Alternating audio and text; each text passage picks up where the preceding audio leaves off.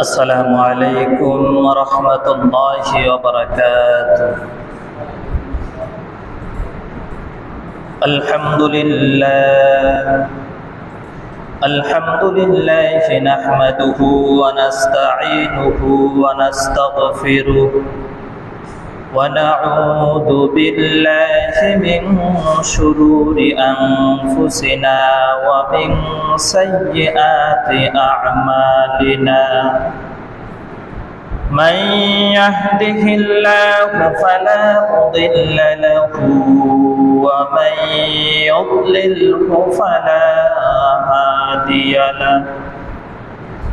ونشهد أن لا إله إلا الله وحده لا شريك له. ونشهد أن سيدنا وحبيبنا ومولانا محمدا عبده ورسوله الذي أرسله بالحق بشيرا ونذيرا وداعيا إلى الله بإذنه وسراجا وقمرا منيرا. أما بعد فقد قال الله تعالى في كلامه المجيد وفي فرقانه الحميد. أعوذ بالله من الشيطان الرجيم. بسم الله الرحمن الرحيم. الذي خلق الموت والحياة ليبلوكم أيكم أحسن عملا وهو العزيز الغفور. وقال تعالى في شان حبيبه ومعشوقه محبرا وآمرا: إن الله وملائكته يصلون على النبي يا أيها الذين آمنوا صلوا عليه وسلموا تسليما. اللهم صل على سيدنا وعلى علي سيدنا مولانا محمد. اللهم صل على سيدنا مولانا محمد وعلى علي سيدنا. الحمد لمن قدر خيرا وخبالا والشكر لمن صور حسنا وجمالا. اللهم صل على مولانا محمد وعلى علي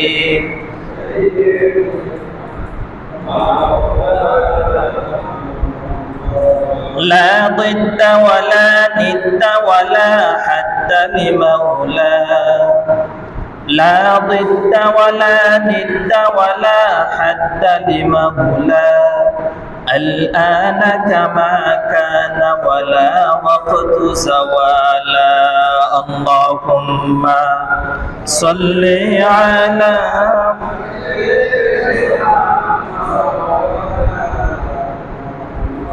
وعلى علي سيدنا مولا আলহামদুলিল্লাহ। প্রশংসা আদায় করছি সেই মুনিবের দরবারে, যে মুনিব আমাদেরকে বাছাই করে যাচাই করে পবিত্র দিনে পবিত্র জায়গায় আসার এবং বসার তৌফিক দান করেছেন। সেই মুনিবের দরবারে মনকে উজালা করে দিল থেকে আল্লাহকে ভালোবেসে সকলে একবার শুকর আদায় করেছি আলহামদুলিল্লাহ। আরেকবার শুকর আদায় করেছি আলহামদুলিল্লাহ। শুকর আদায় করলেন, খুশি হলেন কে? বলেন। শুকর আদায় করলেন, খুশি হলেন আল্লাহ। বেজার হলেন কে? কথা বলেন। বেজার হলেন কে? শয়তান। এখন আপনার ডিসিশন নেবেন, শয়তানকে খুশি করবেন নাকি আল্লাহকে খুশি করবেন? আল্লাহকে। আমাদের এটাই উচিত যে সর্বদা রবকে খুশি করা। আর আপনি আমি যদি রবকে খুশি করতে পারি তাহলে আপনার আমার জন্য জান্নাত অবধারিত। আর আপনি আমি যদি শয়তানকে খুশি করি তাহলে আপনার আমার জন্য জাহান্নাম অবধারিত। মনে রাখবেন, রাস্তা দুইটা, একটা হলো জান্নাতের আর একটা জাহান্নামের। ভালো কাজ করবেন, যেতে পারবেন জান্নাতে। অবৈধ কাজ করবেন, খারাপ কাজ করবেন, অশ্লীল পথে চলবেন, আপনার স্থান হবে কোথায়? জাহান্নামে। রাস্তা দুইটা। আমি গত জুমার আগের জুমায় একটি হাদিস নিয়ে কথা বলতে গিয়ে সময় শেষ হয়ে গেছিল, বলতে পারি নাই। সূরা মুলকের 2 নম্বর আয়াত থেকে কথা আসছিল।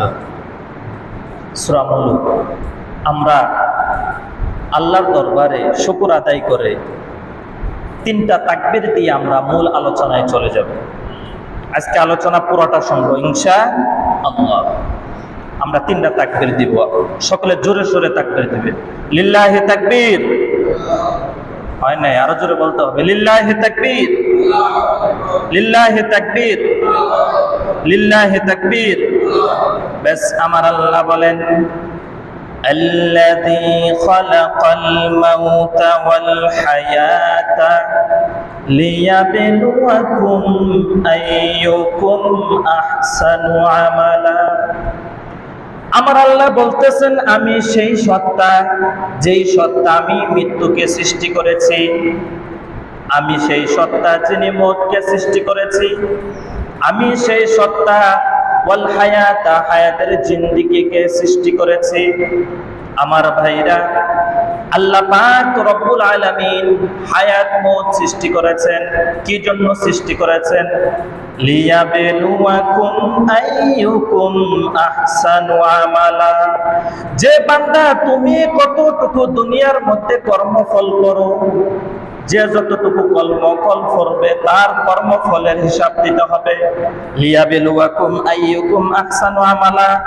আল্লাহ পাক রব্বুল আলামিন এই জমিনকে পরীক্ষার হলের মতো সৃষ্টি করেছেন। এই জমিনের মধ্যে আপনার আমার পরীক্ষার প্রশ্নপত্র কিন্তু আল্লাহ রব্বুল আলামিন ফাঁস করে দিয়েছেন। কবরে কি প্রশ্ন হবে, আখিরাতে কি প্রশ্ন হবে, পরকালে কি প্রশ্ন হবে, প্রশ্ন আউট করে দিয়েছেন কে? জোরে বলেন।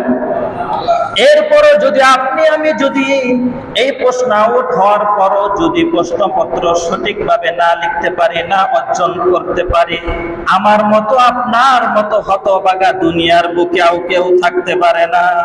কথা বলেন ঠিক কিনা? দুনিয়ার মধ্যে আপনি আপনার সন্তানকে স্কুলে ভর্তি করান, মাদ্রাসায় ভর্তি করান, তাদের কি প্রতি 3 মাস 6 মাস পর পর পরীক্ষা হয় কি হয় না? হয়। তাদের প্রশ্নপত্র কিন্তু আউট হয় না, নিজে পরে অর্জন করতে হয়। কিন্তু আপনার আমার কবরের জিন্দেগি কি হবে না হবে আমরা কম বেশি সকলে জানি না? এরপরও যদি আপনার আমার যদি এই দুনিয়ার বুক থেকে লিয়াবলুয়াকুম আইয়ুকুম আহসানু আমালা, যদি এই দুনিয়ার বুকে পরীক্ষার হলের মধ্যে যদি পরীক্ষার প্রস্তুতি যদি না নিয়ে কবরে যেতে না পারি, তাহলে আপনার আমার জন্য জাহান্নাম অবধারিত। আমার ভাইয়েরা, কথা বলতেছিলাম, আপনি আমি মৃত্যুবরণ করব, কবরের জগতে চলে যাব। কবরের জগতে যাওয়ার পর আপনার আমার হিসাব নিকাশ করা হবে। আপনারও হিসাব দিতে হবে, আমারও হিসাব দিতে হবে। দুনিয়ার বুকে যারা এসেছে তাদের সকলকে কবরের ময়দানে হিসাব দিতে হবে। ওই কাল কিয়ামতের দিন দুনিয়ার হায়াত মওতের জিন্দেগি আপনি কি করেন না করেন, কবরের ময়দানে আপনাকে হিসাব দিতে হবে। দুনিয়াতে যা কিছু করতেছেন, লিখতেছেন কে? আল্লাহ পাক রব্বুল আলামিন পবিত্র কালামুল্লাহ শরীফে বলে দিয়েছেন, কিরামান কাতিবিন ইয়ালামুনা মা তাফআলুন। বান্দা, তোমার সঙ্গে দুটি ফেরেশতা নিয়োজিত রয়েছে। একটি ফেরেশতা হচ্ছে আপনি দৈনিক দিন যা ভালো কাজ করেন, সৎ কাজ করেন, যা কিছু করেন না কেন ভালো মন্দ লিখতেছেন।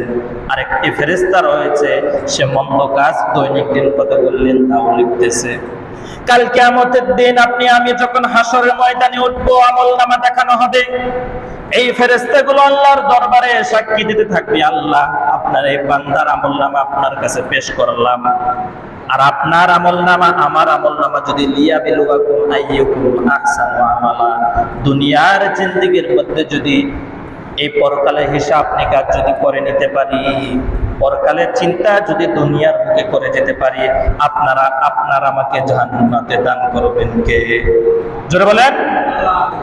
আমার ভাইরা, ওই কাল কিয়ামতের দিন যেদিন আল্লাহ তাআলার আরশের ছায়া ব্যতীত আর কোনো ছায়া থাকবে না, ওই আরশের ছায়ার তলে ছায়া দান করবেন কে? জোরে বলেন। ওই কাল কিয়ামতের দিন 7 প্রকার ব্যক্তিকে আল্লাহ রাব্বুল আলামিন তার আরশের ছায়ার নিচে ছায়া দান করবেন। 7 প্রকার ব্যক্তি। কয় প্রকার? এর বাইরে কেউ আল্লাহ তাআলার আরশের ছায়ার নিচে ছায়া পাবে না। 1 নাম্বার ব্যক্তি হলো ইমামুন আদিলুন, ন্যায়পরায়ণ বাদশা, ন্যায়পরায়ণ শাসক। ওই শাসক যে শাসকের মাধ্যমে দুনিয়ার বুকে ন্যায় বিচার কায়েম হয়েছিল, ওই ব্যক্তি কাল কিয়ামতের দিন আরশে আজিমের স্থানে ছায়া দান করবেন কে? জোরে বলে। ইমামুন আদিলুন 1 নম্বরে হচ্ছে ন্যায়পরায়ণ বাদশা, ন্যায়পরায়ণ শাসক। আমাদের সমাজেও যিনি সমাজে মাতব্বরি করে, তিনারও কিন্তু ন্যায়পরায়ণ হতে হবে। ছেলের পক্ষে এক কথা, আবার ছেলের বাইরে যারা আসবে তাদের পক্ষে আরেক কথা। এটা ন্যায় ইনসাফের কথা নয়। কথা হচ্ছে ছেলের জন্য যা, আমার আশেপাশে পাড়া মহল্লায় যা রয়েছে তার জন্য তা। ন্যায় ইনসাফের প্রতীক দেখিয়েছেন সাইয়েদনা ওমর রাদিয়াল্লাহু আনহু। নিজের ছেলেকে পর্যন্ত ছাড় দেয় নাই। আর আমরা তো কি করতেছি না করতেছি। ইমামুন আদিলুন, যেদিন কোনদিন আল্লাহ তাআলার আরশের ছায়া ব্যতীত আর কোনো ছায়া থাকবে না, ওই কঠিন দিনে আল্লাহ পাক রব্বুল আলামিন আরশে আজিমের ছায়া নিচে ওই ব্যক্তিটা থাকবেন, যে হচ্ছে ন্যায়পরায়ণ বাদশা, ন্যায়পরায়ণ শাসক।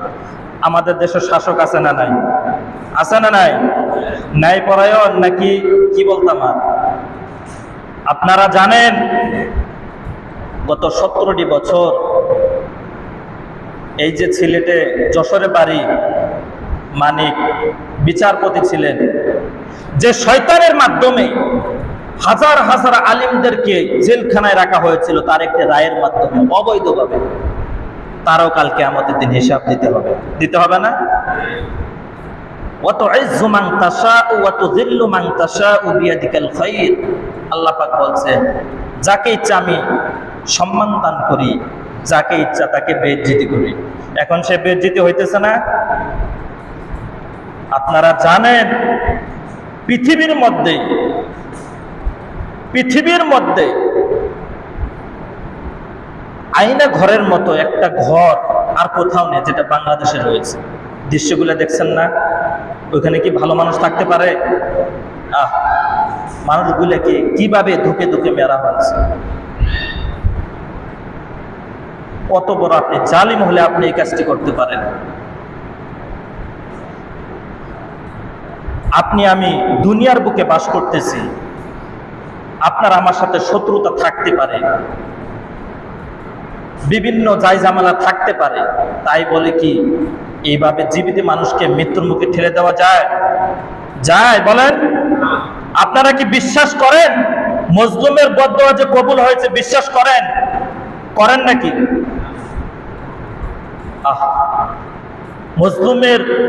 মাজলুমের যে বদদোয়া কবুল হয়েছে এটা তার দৃষ্টান্ত প্রমাণ। আল্লাহ রাসূল বলেছেন, ইত্তাকি দাওয়াতাল মাজলুম ফাইন্নাহু লাইসা বাইনাহা ওয়া বাইনাল্লাহি হিজাবুন। আল্লাহ রাসূল বলেছেন, তোমরা মাজলুমের বদদোয়া থেকে বেঁচে থাকো, কেননা মজলুম যখন বদদোয়া করে তখন আল্লাহ এবং আমার মধ্যে কোনো তফাৎ থাকে না। তারা তো মাজলুম ব্যক্তি ছিল, তাদের যে বদদোয়া কবুল হয়েছে এতে কোনো সন্দেহ নাই। এই জন্য বলতেছি, এক নম্বরে কাল কিয়ামতের দিন আরশে আজিমের ছায়ার নিচে স্থান পাবেন ওই ব্যক্তিটা যিনি হচ্ছেন ন্যায়পরায়ণ কি বাদশা, ইমামুল আদিল। দুই নম্বরে হচ্ছে ওয়াশাবুন নাশা ফি ইবাদাতিল্লাহি আযজা ওয়া জাল।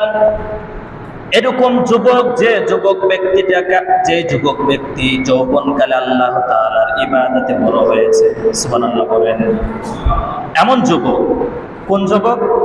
যে যুবকটা আল্লাহ তাআলার ইবাদতে তিনি বড় হয়েছেন, ইবাদতে মাশগুল থেকে তার যুবক বয়সটা কি করছে? পার করেছে, আল্লাহ তাআলা আনুগত্য করে।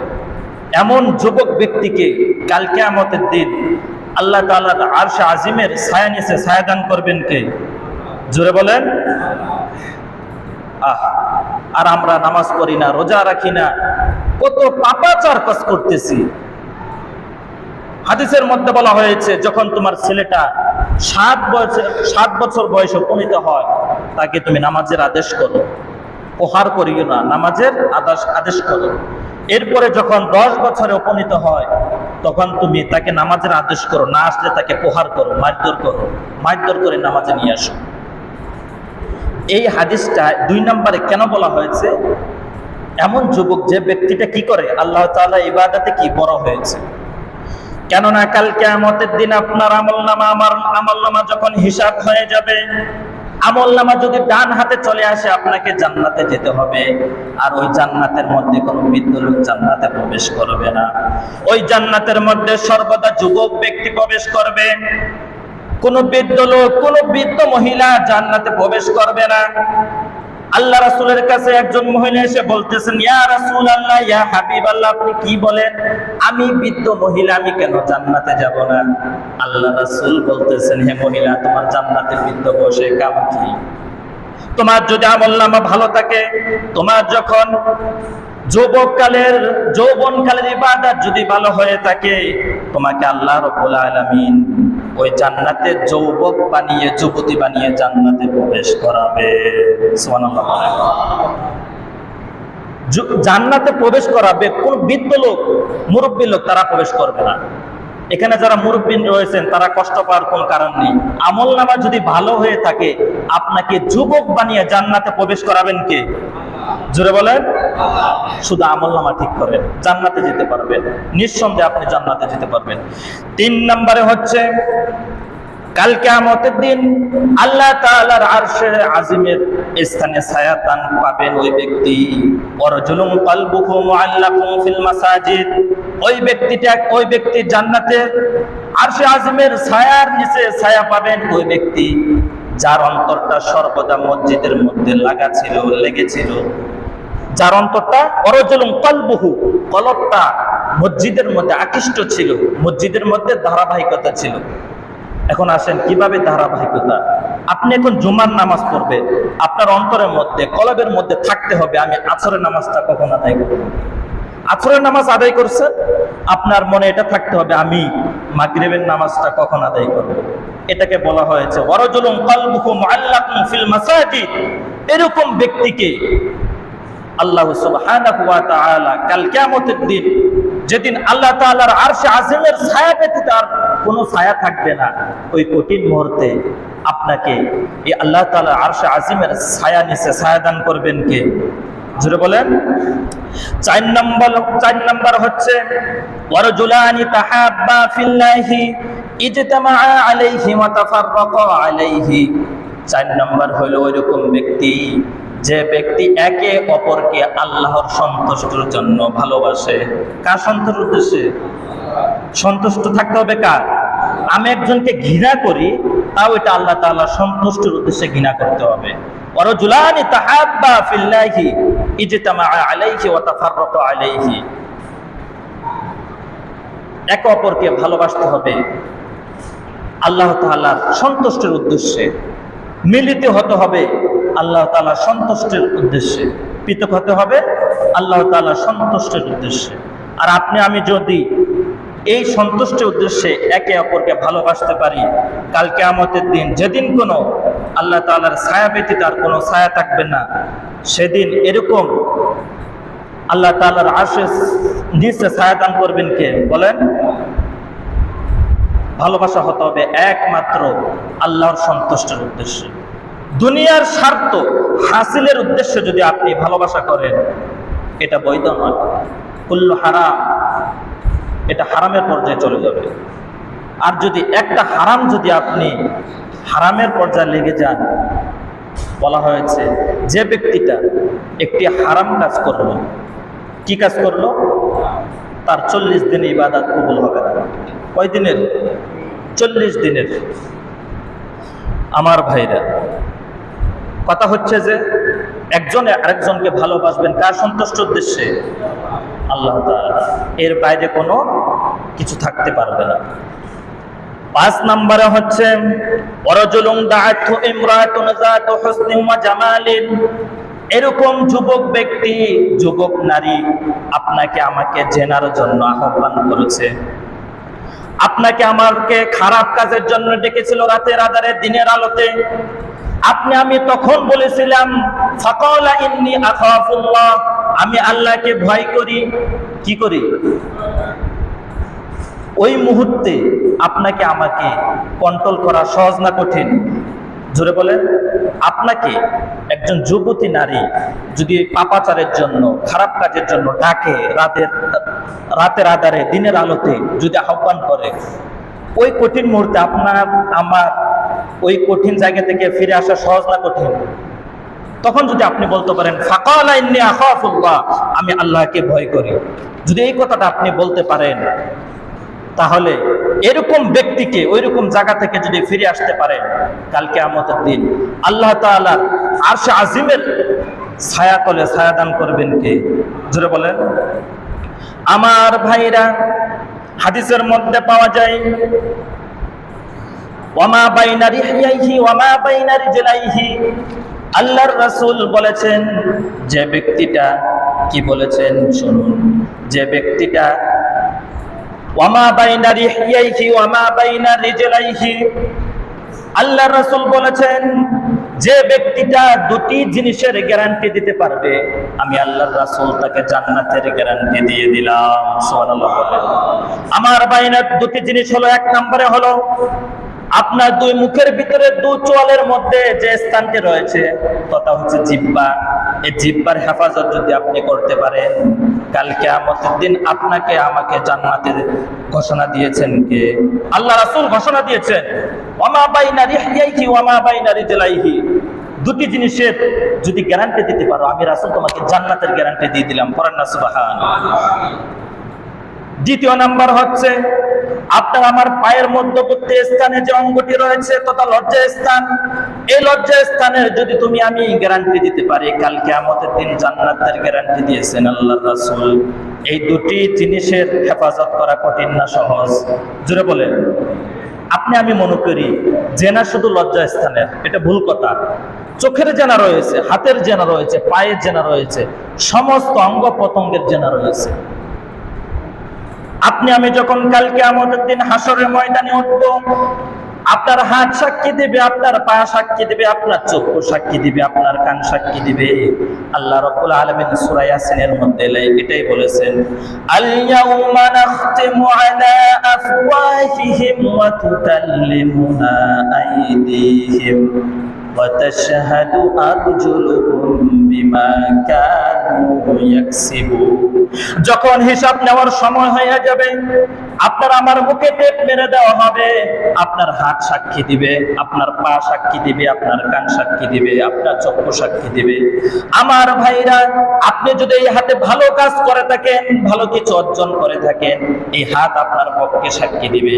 আর এই হাত দ্বারা যদি কোনো অসৎ কাজ করে থাকেন, একটা সিগনেচারের মাধ্যমে কোটি কোটি টাকা দেশ থেকে পাচার করে থাকেন, তাও এই হাত আপনার আমার পক্ষে বিপক্ষে সাক্ষী দিবে। আর আপনি আমি যদি এই হাত দিয়ে ভালো কাজ করে থাকি, এই হাত দিয়ে মাজলুমের পাশে দাঁড়াতে পারি, বন্যার্থের মাধ্যমে খাবার বিতরণ করতে পারি, এই ভালো কাজের জন্য আপনার এই হাত আপনার পক্ষে সাক্ষী দিবে। সুবহানাল্লাহ। আমার ভাইরা, চক্ষু আপনার পক্ষে বিপক্ষে সাক্ষী দিবে। চক্ষু সাক্ষী দিতে থাকবে, হে আল্লাহ, এই চোখ দিয়া তারা কোরআন পড়েছিল, হাদিস পড়েছিল, অবৈধভাবে চলে নাই, কোরআন পড়ছিল, হাদিস পড়েছিল। আর এই চোখ আপনার বিপক্ষে সাক্ষী দিবে কি? এই চোখ দিয়া খারাপ কাজের জন্য অগ্রসর হয়েছিল। এই চোখ দিয়া রাতের আধারে দিনের আলোতে অবৈধ মহিলা ডাকছিল, এই চোখ দিয়া সে গেছিল। এমনকি চশমার উপর দিয়া বেগানা নারীকে দেখেছিল। এই চোখ আপনার পক্ষে বিপক্ষে সাক্ষী দিবে। আমার ভাইরা, আপনার কান সাক্ষী দিবে। আজকে আমি মসজিদে এসেছি, খতিব সাহেবের আলোচনা শুনতেছি, কান দিয়ে শ্রবণ করতেছি। যদি আমল না করে থাকি, এই কানের মধ্যে গরম সীসা ঢেলে দেওয়া হবে। আর আপনি আমি যদি শ্রবণ করে আমল করতে পারি, আপনাকে আমাকে জান্নাত দান করবেন কে? জোরে বলেন। আপনার পা আপনার পক্ষে বিপক্ষে সাক্ষী দিবে। এই পা দিয়ে কোন দলে হেঁটেছিলেন, কোন রাস্তায় চলাফেরা করেছিলেন, ইসলামের দলে আছেন কিনা, ইসলামের পথে চলছেন কিনা, এই পা আপনার পক্ষে বিপক্ষে সাক্ষী দিবে। এই জন্য আল্লাহ রাসূল বলেছেন, ওয়ারাজুলুন দাআতহু ইমরাতুন যাতু হুসনি ওয়া জামালিন। ওই ব্যক্তিকে কাল কিয়ামতের দিন আল্লাহ তাআলার আরশ আজিমের ছায়া নিচে ছায়াদান পাবেন। ওই ব্যক্তিটা, যে ব্যক্তিটা রাতের আধারে দিনের আলোতে একজন যুবতী মহিলা তাকে জেনার জন্য আহ্বান করেছিল, সে যায় নাই। সে শুধু এটাই বলছেন, ফাকালা ইন্নী আখাফুল্লাহ, আমি আল্লাহকে ভয় করি। এই কথার দ্বারা আল্লাহ রাব্বুল আলামিন এত পরিমাণ আপনার আমার উপরে খুশি হবেন, এই খুশি হয়ে কাল কিয়ামতের দিন, যেদিন কোন আল্লাহ তাআলার আরশে আজিমের ছায়া ব্যতীত আর কোনো ছায়া থাকবে না, ওই কঠিন মুহূর্তে এমন যুবক ব্যক্তিকে আল্লাহ তাআলার আরশে আজিমের ছায়া নিচে ছায়া দান করবেন কে? জোরে বলেন। 6 নম্বর হচ্ছে, ওয়ারজুলুন তাসাদদাকা বিসাদাকাতিন ফাখাফাহা হাত্তা তা'লামা শিমালুহু মা তুনফিকু ইয়ামিনু। এমন ওই ব্যক্তি, যে ব্যক্তি আল্লাহর রাস্তায় দান করেছে, কি করেছে? এমন ওই ব্যক্তি, যে ব্যক্তি আল্লাহর রাস্তায় দান করেছে, আল্লাহ তাআলার পথে খরচ করেছে, সে ডান হাতে কি দান করেছে, বাম হাতে সেটা জানে নাই, গোপনীয়ভাবে দান করেছে। এমন ওই ব্যক্তি, যে ব্যক্তি আল্লাহ রাস্তায় দান করেছে গোপনীয়ভাবে, সে ডান হাতে কি দান করেছে, বাম হাত সেটা টের পায় নাই, এমন ব্যক্তিকে কাল কিয়ামতের দিন আল্লাহ তাআলার আরশে আজিমের ছায়া নিচে ছায়া দান করবেন কে? জোরে বলেন। আর আমরা তো দান করি, 2 টাকা দিলে মানুষকে দেখাই। ত্রাণ দিতে গেলেও আমরা ফেসবুকে স্ট্যাটাস দিচ্ছি, এই দিচ্ছি, সেই দিচ্ছি। আমার ভাই মনে রাখবেন, একটা কথা মনে রাখবেন, এখন যারা বন্যার কবলিত যারা পড়েছে, অসহায় হয়ে পড়েছে, তারা কিন্তু কেউ গরিব নয়, পরিস্থিতিতে শিকার। আপনি আমি যখন একজনকে কিছু দান করলাম, ত্রাণ দিলাম, খাবারে দিলাম, যে কোনো বিষয় দিলাম না কেন, আপনি আমি ফেসবুকে ছাইরা দিলাম, এটা দিলাম, ওই লোকটা একটা মানিজ্যতের তো ব্যাপার আছে। সে তো গরিব নয়, সে তো একবারে যে চলতে পারে না এরকম লোক নয়, সে তো চলতে পারে, কিন্তু পরিস্থিতি শিকার পানির কারণে। কিন্তু আপনি আমি দান খয়রাত করতেছি, মানুষদেরকে দান দিচ্ছি, সবকিছু করতেছি, কিন্তু দেখা যায় আমরা এটা মানুষকে দেখাইতেছি। এই জন্য আল্লাহ রাসূল বলেছেন, ওয়ারাজুলুন তাসাদদাকা বিসাদাকাতিন ফাখাফাহা হাত্তা তা'লামা শিমালুহু মা তুনফিকু ইয়ামিনু। তুমি এমন গোপনীয়ভাবে দান করো, যে দানটা তুমি ডান হাতে কি দান করলা, বাম হাতে যেন সেটা না জানে। আপনি দান করতেছেন আল্লাহর সন্তুষ্টির উদ্দেশ্যে। রব যদি আপনার উপর খুশি হয়, তাহলে আর কিছু লাগে? লাগে নাকি? আপনি আমি যে দানটা করতেছি আমার ভাইরা, এই দানটার মাধ্যমে যদি দুনিয়ার লোক দেখানোর উদ্দেশ্যে দান খয়রাত করা হয়, এই দানটা দুনিয়ার উদ্দেশ্যেই হলো, আখিরাতের উদ্দেশ্য হলো না।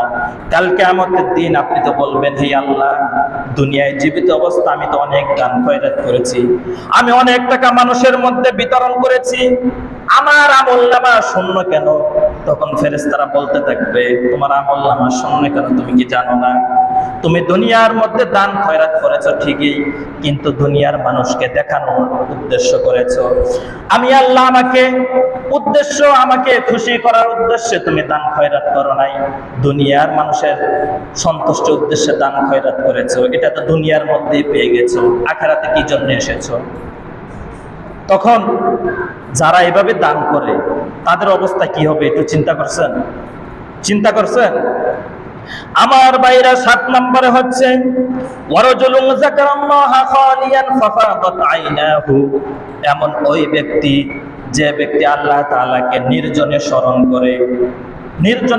করে, এমন ওই ব্যক্তি, শেষ নাম্বারটা 7 নম্বরে হচ্ছে এমন ওই ব্যক্তি যে ব্যক্তিটা আল্লাহ তাআলাকে নির্জনে স্মরণ করে। আমার ভাইরা, এই 7 নম্বরের উদ্দেশ্য হলো এটাই, নির্জনে স্মরণ করা মানে তাহাজ্জুদের নামাজ। কিসের নামাজ? আল্লাহ পাক রব্বুল আলামিন সূরা বনী ইসরাঈলের মধ্যে বলে দিয়েছেন, ওয়া মিনাল লাইলি ফাতাহাজ্জাদ বিহি নাফিলাতাল লাক আসা আন ইয়াবআসাকা রাব্বুকা মাকামান মাহমুদা। আল্লাহ পাক রব্বুল আলামিন তার রাসূলকে উদ্দেশ্য করে বলতেছেন, হে আমার রাসূল, হে আমার বান্দা, ওয়ামিনাল লাইলি ফাতাহাজ্জাদ বিহি নাফিলাতাল লাক, শেষ তৃতীয় অংশে যে রাতটা রয়েছে ওই রাতটা আপনার জন্য একটি নামাজ আমি নির্ধারিত করে দিলাম, সেটা হলো তাহাজ্জুদের নামাজ। ওই নামাজটার মধ্যে আমি আল্লাহ রাতের শেষ তৃতীয় অংশের মধ্যে প্রথম আসমানে এসে থাকি, বান্দাদেরকে আহ্বান করতে থাকি, হে বান্দা, কার কি সমস্যা আছে আমার কাছে 2 হাত তুলে বলো। আমি যদি ওই সময়টাকে আল্লাহ পাককে স্মরণ করতে পারি, তাহলে আমাদের লাভ না লস? জোরে বলেন, লাভ না লস? ওয়া মিনাল লাইলি ফাতাহাজ্জাদ বিহি নাফিলাতাল লাক। আল্লাহ পাক বলতেছেন, হে নবী, শেষ রাতের নামাজটা আপনার জন্য আমি নির্ধারিত করে দিলাম, এটি আপনি অবশ্যই আদায় করবেন। আমাদের জন্য এটা কিন্তু নির্ধারিত ছিল না, এটা নফল, কিন্তু আল্লাহ রাসূলের জন্য এটা খাস ছিল, এটা আপনাকে পড়তেই হবে। ফলে কি পাবে? আল্লাহ পাক পরে বলে দিয়েছেন, আসা আন ইয়াবআসাকা রাব্বুকা মাকামান মাহমুদা, ফলে আমি আপনাকে এমন একটি জিনিস উপহার দিব, সেটা হচ্ছে মাকামে মাহমুদা। পড়েন না সুবহানাল্লাহ। ওয়ারাজুলুন যাকারাল্লাহা খালিয়ান ফাফাদাত আইনাহু,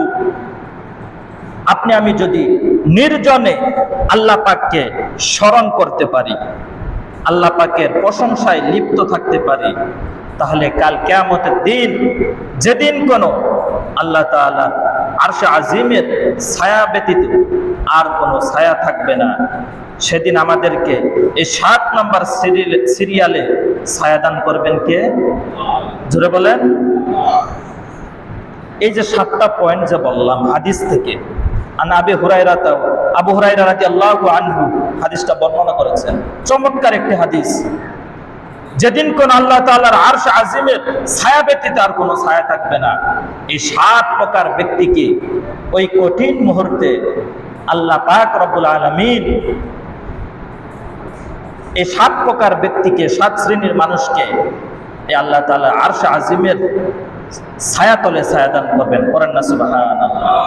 আল্লাহ পাক রব্বুল আলামিন আমাদের সকলকে এই 7 প্রকার যে কারণগুলো বললাম সেগুলো পরিপূর্ণভাবে অর্জন করে আমল করার তৌফিক দান করুক। সকলে পড়ে আমিন।